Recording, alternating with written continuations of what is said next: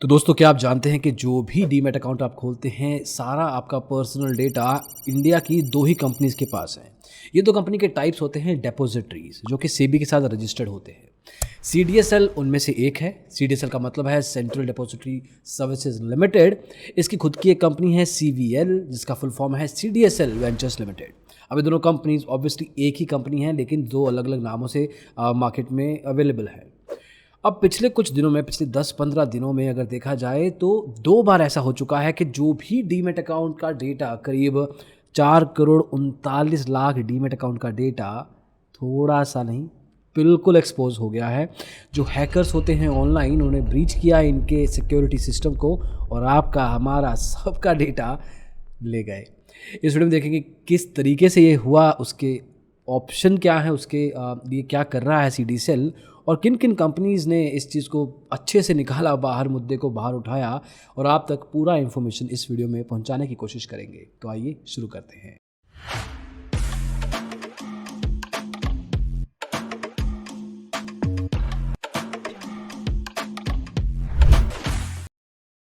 तो दोस्तों, चंडीगढ़ हमारे ही शहर की एक कंपनी है CyberX9। अब ये कंपनी सिक्योरिटीज़ के मामले में डील करती है। इन्होंने ये पाया कि पिछले कुछ दिनों में 2 बार, जी हाँ, एक नहीं 2 बार सीडीएसएल के डेटा की ब्रीच हुआ है। 4.39 करोड़ डीमैट अकाउंट्स का नाम, मतलब आपका नाम, फ़ोन नंबर, आपका एड्रेस, आपका मैरिटल स्टेटस, आप कहाँ काम करते हैं, क्या इनकम स्टेटस है, जो भी आपने डिटेल्स दी थी जब डीमैट अकाउंट आपने खोला था, वो सारी डिटेल्स एक्सपोज हो गई हैं। और हैकर्स ये 2 बार ट्राई किए इन्होंने। पहली बार में सारा डेटा ले गए और दूसरी बार में सीडीएसएल ने इस चीज़ को अच्छे से समझा और रोका, लेकिन तब तक काफ़ी देर हो चुकी थी। तो ये मुद्दा दिवाली से पहले का, पहली बार जब हुआ तो दिवाली से पहले हुआ। CyberX9 ने इसको हाईलाइट किया है। उन्होंने ये भी कहा है कि जो इनकी रिपोर्ट है, जो CyberX9 की रिपोर्ट है, वो CERT-IN और NCIIPC, जो गवर्निंग बॉडीज़ हैं, इंडिपेंडेंट बॉडीज़ हैं, जो कि सिक्योरिटी, साइबर सिक्योरिटी में सॉर्ट ऑफ काम में आती हैं, उन्होंने इनकी वल्नरेबिलिटी रिपोर्ट को सही पाया है। सीडीएसएल का डेटा सही में एक्सपोज हुआ है। अब देखिए, इसका ये न्यूज़ नहीं है, इस पे आपका इम्पैक्ट अच्छा खासा होने वाला है। अब देखिए, अब जो हैकर है उसको पता है कि आपका अकाउंट इस ब्रोकर के साथ है, ये नाम है आपका, ये ईमेल आईडी है, फ़ोन नंबर ये है आपका। अब वो क्या कर सकते हैं, वो ब्रोकर के ईमेल आईडी से या उस ब्रोकर के एग्जीक्यूटिव फ़ोन करके आपको कांटेक्ट कर सकते हैं और कह सकते हैं कि मैं इस फलां ब्रोकर से बोल रहा हूं और आपका ये चीज़ पेंडिंग है, या आपका पेमेंट खाली है, आप कुछ भी वो डिटेल्स आपसे पेमेंट लेवल पे, या कोई भी ऐसा डेटा या ऐसी इंफॉर्मेशन या ऐसा वैल्यू उन तक आप पहुंचा देंगे, ये मान के कि आप ही का ब्रोकर कॉल करके आपको कांटेक्ट कर रहा है।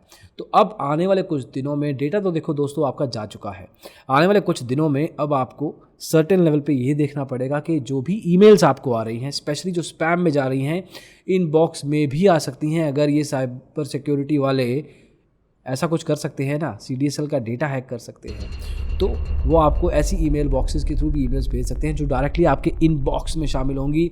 आपको लगेगा कि आपके ब्रोकर का ईमेल आया है, उसमें कोई लिंक होगा, आप क्लिक कर देंगे और बड़ा आपका नुकसान हो जाएगा। ये ईमेल फिशिंग कहते हैं इसको, PHISHING।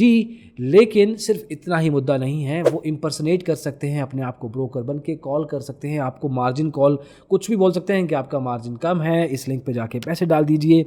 तो जो भी लोग इस वीडियो को देख रहे हैं, इनसे गुजारिश है कि आगे इस वीडियो को शेयर कीजिए, ताकि जो भी लोग आगे भी इस वीडियो को देखें, एटलीस्ट वो लोग बच जाएं इस तरह के साइबर फ्रॉड से, अपने आप को नुकसान पहुंचाने से। एज यूजुअल सीडीएसएल का कहना है कि देखिए, हमारे डेटा में कोई गलती नहीं थी, सीवीएल की वेबसाइट में दिक्कत हुई थी, उन्होंने वो वेबसाइट को ठीक कर लिया है, माइग्रेट कर लिया है, अब कुछ मुद्दा नहीं है। देखिए दोस्तों, आइडेंटिटी थेफ्ट बहुत बड़ा मुद्दा हो सकता है।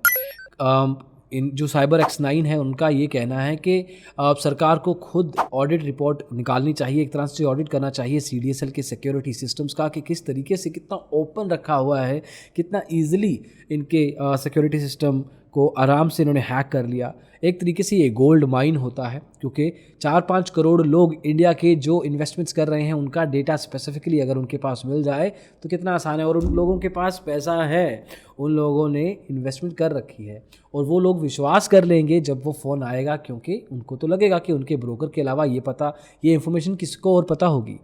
अब इनको भी पता है। तो दोस्तों थोड़ा ध्यान रखिएगा अगले कुछ दिन।